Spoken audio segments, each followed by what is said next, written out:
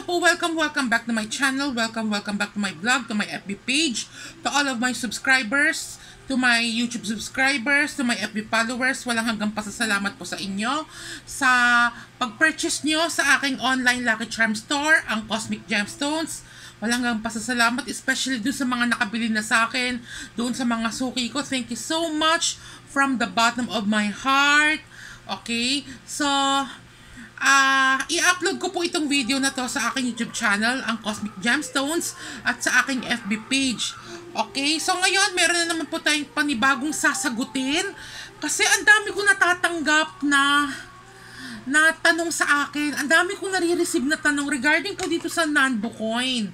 Okay, at sa Wulo Coin, particularly dito po sa Nanbo Coin. Okay, kaya gagawin ko na po siya ng video para ma-address yung concern po ninyo. Ang dami pong nagtatanong na mali-mali naman po yung mga pagkakaalam nila. Kaya so, may mga naririnig daw sila sa TikTok video na ganito dapat daw gawin, ganito ganyan.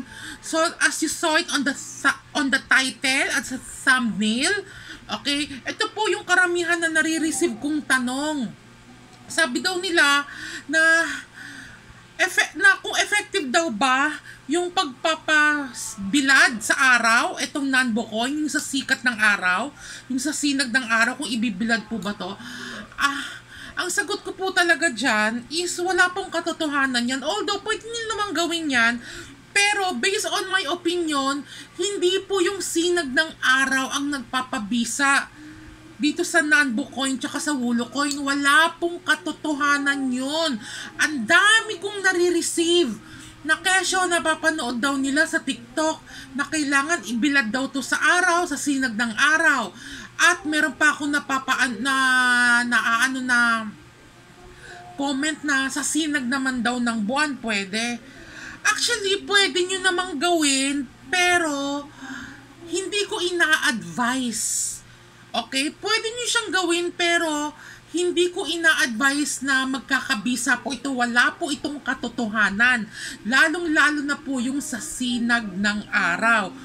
Pero yung sa buwan sana, yung sa Strawberry Moon, okay, kung naaalala nyo, kung nagkaroon po last month ng Strawberry Moon, yun, bibihira lang po yung pangyayari na yon. Pwede nyo po sana yon igawin. Kasi yung Strawberry Moon that time, bihirang-bihira lang po yon. Okay? Pero yung mga ordinaryong buwan, yung mga moon na sinag ng araw, no. Wala pong katotohanan yon. Pati yung sa sinag ng araw. Usually sa sinag ng araw yun po yung mga tinatanong nila na nakakapag-activate daw pag sinag ng araw, nakaka-cleansing daw. Wala pong katotohanan yon. Kahit yung sa sinag ng buwan. Pero kung naabutan nyo yung sa Strawberry Moon, last month ba yon? Kasi bibihira lang po yung mga ganong pangyayari na magkakaroon ng Strawberry Moon. Yun, may possibility na magkabisa pag binalad nyo po. Pero yung mga ordinaryong, yung buwan, ng sinag ng buwan, yung mga ordinaryong sinag ng araw, wala po. Although pwede nyo siyang gawin, pero wala talagang katiyakan na magkakaano po yun. Ang pinaka-effective talaga, lagi ko po itong inuulit, ang pinaka-effective po para magkaroon ng visa or ma-activate ang inyong mga Nanbo Coin or ang inyong Wulo Coin, iisa lang po yung pinaka-very powerful. Pinaka na very powerful pa. Ang cleansing bowl at ang activation bell. Okay? Itong dalawa lamang po ang pinaka-effective. Lagi kong sinasabi sa inyo, lahat po ng mga Lucky Charms, kailangan po dumaan po dito sa cleansing bowl, sa Tibetan cleansing bowl, at activation bell. Mandatory po ito. At hindi po ito nadadala sa sinag ng araw o sa sinag ng buwan. Napakalabong mangyari na magkakabisa ito sa sinag ng araw at sa sinag ng buwan. Very, very malabo po yung tinutukoy nyo. Kaya yung mga nagme-message po sa akin na wala daw sinag ng araw kasi maulan daw. Hindi po totoo yan. Wala pong katotohanan. Uulitin ko, yung pagbibilad sa sinag ng araw at sa sinag ng buwan ng inyong mga Nanbo Coin at Wulo Coin, that is totally hoax. Ibig sabihin, wala pong katotohanan yon. Sa Feng Shui, Tibetan cleansing bowl at activation bell lamang po ang pinakamabisa napaka-powerful para ma-activate or kumbaga magkaroon po siya ng effectiveness. Dito po dadaan yan. At nagawan ko na rin po yan ng video kung paano po idaan sa ritual ang inyong mga lucky charm. Pwede nyo po i-search sa aking YouTube channel at sa aking FB page. Nandoon po yung sa video section. Andoon po yung sample kung paano ko po nariritwalan yung mga lucky charm na binibili po sa akin. Yes, you heard it right. Sa mga hindi pa po nakakaalam, lahat po ng mga bumibili sa akin is idadaan ko po sa ritual ng pag-activate using this Tibetan Cleansing Bowl at itong activation bell para nang sa ganon ay magkabisa po ito. May video na po ako dyan. Ang dami ko na pong nagawang video. Ang kailangan nyo na lang pong gawin is mag-research, panoorin nyo po yung mga video ko sa aking FB page at sa aking YouTube channel. Nandoon na po lahat. Ginawan ko na po ng sample. And yet, mali-mali pa rin po yung mga nakukuha yung information na kesyo napapanood nyo sa TikTok video na ibibilad daw sa araw para magkabisa po ito. No. That is not true. Okay? Bukod tanging cleansing bowl at activation bell lamang po para, ayan, dito ko po yan nilalagay. And then, ipapakalembang ko po ito. Papakalembang and then ipaikutin. And then, habang iniikot ko po ito, minimension ko po yung name at birthday ng owner. Okay? Nang sa ganon, magkabisa po ito kung sino man po yung gagamit nito. Yan, ganyan po ang sample. And then habang iniikot ko to, binabanggit ko yung pangalan at birthday ng may-ari ng Nanbo coin or Wulo coin.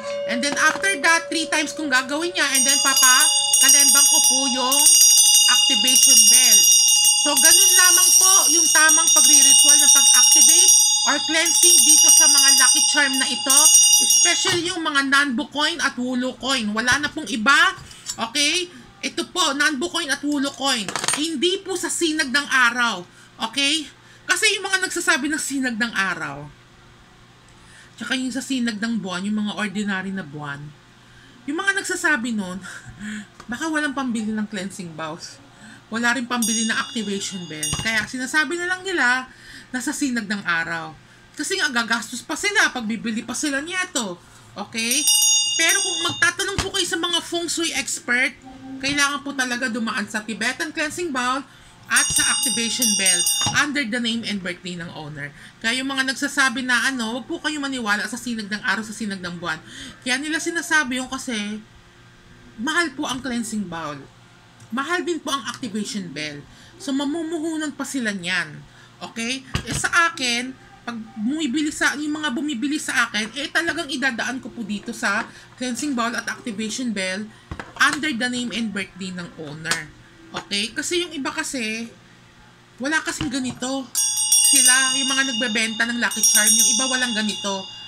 Okay? Kaya sinasabi na lang nila sa sinag ng araw, sa sinag ng buwan, para okay na, lusot na, di ba? Gagawin nyo na lang, ibibilad nyo na lang, pero wala pong katotohanan.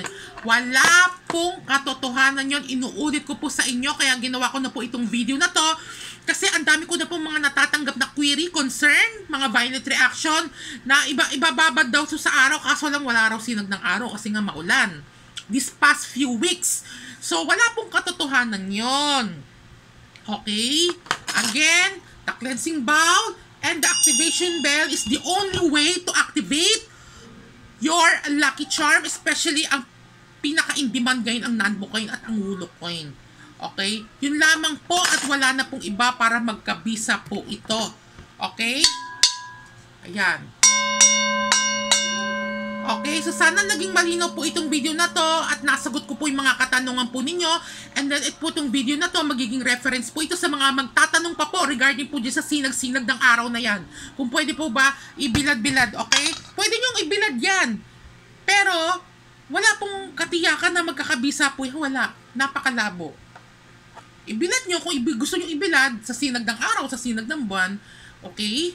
So, yun lamang po again. Sana po nalinawan po kayo at ginawa ko na po itong video na to para na rin po sa kaalaman ng iba. Again, cleansing bowl and activation level lamang po ang bukod tanging paraan para magkabisa ang inyong mga Nanbo coin ang inyong mga foxtail necklace, ang inyong mga piyaw ring, piyaw bracelet, sutra ring, money catcher ring, etc. etc. At kung anik-anik pang mga feng shui lucky charm. Yun lamang po, maraming salamat po sa inyo. Especially do sa mga suki ko nagtiwala sa akin. Alam niyo naman po na kapag bumili po kayo sa akin, ay idadaan ko po talaga sa cleansing ball and activation bell under the name and birthday ng owner. Alam po yan ng mga suki ko. Okay? So yun lamang po. Again, maraming salamat po sa inyo. At mag-PM lamang po kayo if meron po kayong mga concern regarding po sa mga lucky charm na gusto nyong i-purchase. Okay? Yun lamang po. Bye!